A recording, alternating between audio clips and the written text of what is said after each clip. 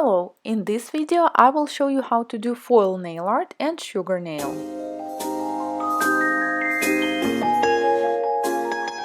But first, let's fix this mess. So this is the client that was using glue to keep her nails on longer. It's been 2.5 months after last infill, which is too long and actually dangerous. So I just wanted to show you guys how to properly remove this kind of nails.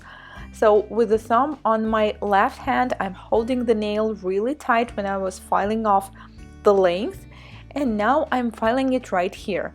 So all this white part is lifting, is the area where product lifted already, but since she used glue, I'm not sure if it will be too easy to remove it or not.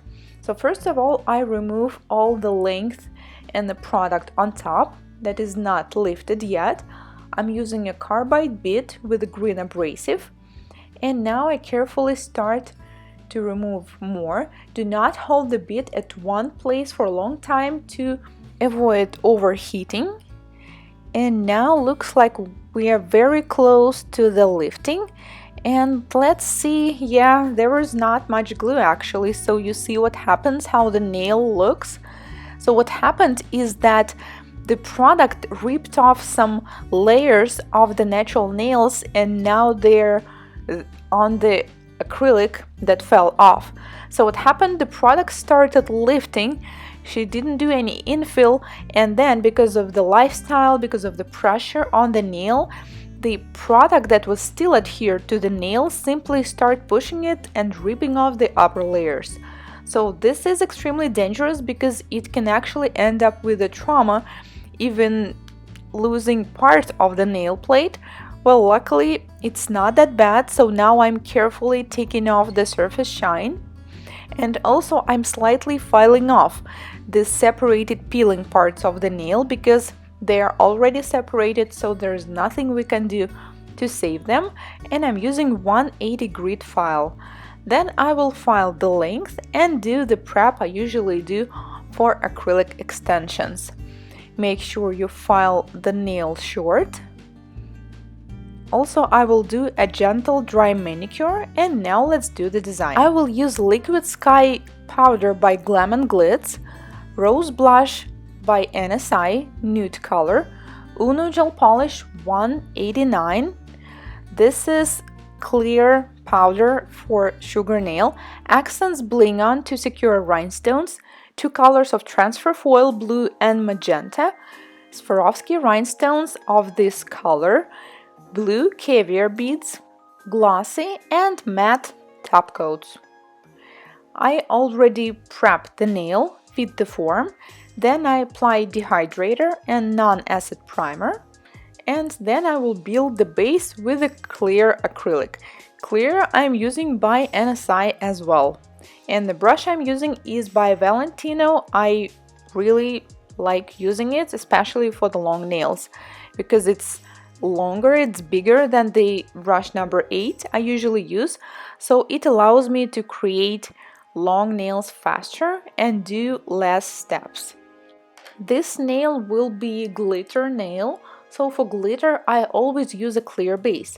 First of all, it allows me to create the shape and the length that I want, and also it is always better to encapsulate glitter between clear layers, whether you're using acrylic or gel, especially the kind of glitter I'm about to use now, because it looks like it got some small particles of the foil in it, and if we will use it just the way it is, we will end up with many particles on the surface that will not be as smooth. Now I created the foundation that I'm happy, and then I take the bit of this powder and place it in the center. Wow, I really like this color. This is Glam & Glitz, and seems like they're both colors magenta and blue. This is so cool. I mean, it's not easy to create this kind of color by yourself, definitely. So first I stretch the color towards the free edge, and then I will stretch it up. So this color is based on the clear acrylic. It doesn't have any shade by itself, meaning it will look just great on a clear foundation. Whoa, this part is definitely too large for the nail, so I just get rid of it and then slightly stretch it on top. So when working near the cuticles along the side walls, make sure there are not too much glitter, especially the large parts, because we will end up filing them off anyway. Along the cuticle and the side walls, the product should be thin, but make sure you have enough bling in that area. And now it's time to encapsulate the design.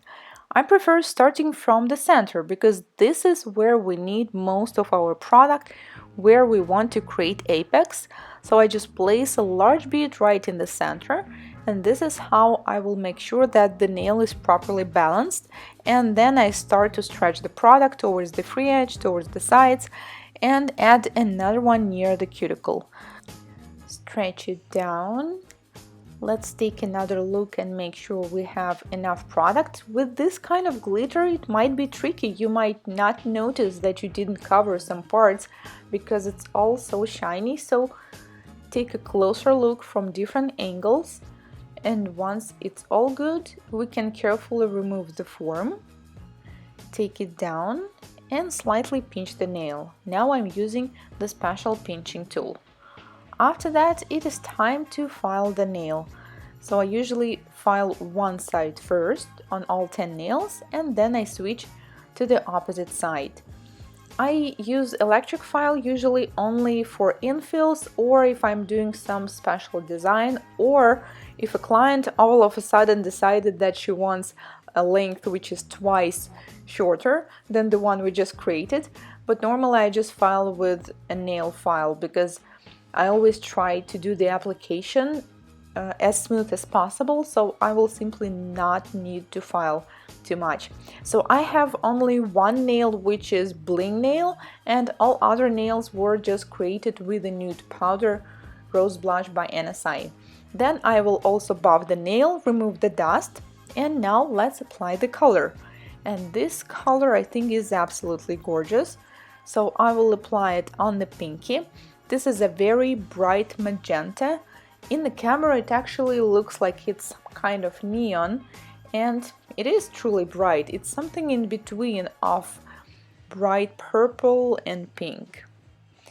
I apply first coat, cover the entire surface, and then cure it in LED for 1 minute, and then I will need to apply the second layer. Another trick of doing a good cuticle work and applying color as close as possible to the cuticle is dry manicure or traditional manicure. So once you clean the cuticle and did a good job on the manicure, it will not be a problem to apply the color close.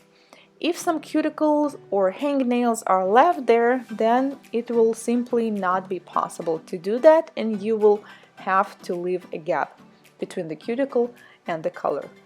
Now, again, cure the second layer for 1 minute in LED. Apply top coat. I'm using a no cleanse top coat. Make sure you apply it a little thicker than you usually do, and that you cover the entire surface, but not too much as well. Do not flood the cuticle or the sidewalls area. And then it is very important, do not cure. You need to leave the nail wet with the top coat. And I will apply a little closer to the cuticle and then apply this clear white glitter with another tip. So we can actually see like it's absorbing in the top coat. So you need to find the glitter that doesn't have any color, and this way you can achieve this yummy sugar look, because if the glitter will have some color, it will look a little different. Fully cure, and then with a clean brush get rid of the excess powder, and we have a sugar nail ready to go. Now on another nail I will do a different kind of design. They are already buffed, and I'm applying base coat by Cupa. Actually you can use anything for that. You can apply thin consistency builder gel or base coat, but it should be something with a sticky layer, otherwise it will not work. Then I will cure it for 30 seconds in LED, you don't even have to fully cure, and transfer the foil. First the blue and then some pink parts. I think that's enough. Now let's do another nail. This is index finger. And here I will do the same, but I want to get a slightly different pattern. Actually, I don't think it's possible to get the same pattern every time, because when you work with the transfer foil, the pictures will appear different anytime. Anyway, so I apply one with magenta and then another one with the pink. Okay.